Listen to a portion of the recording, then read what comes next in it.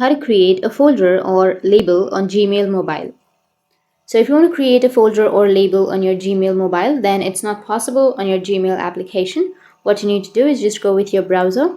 Once you're on the browser, you just need to simply go with search or a new tab and search for gmail.com. And you need to open up your Gmail on your browser.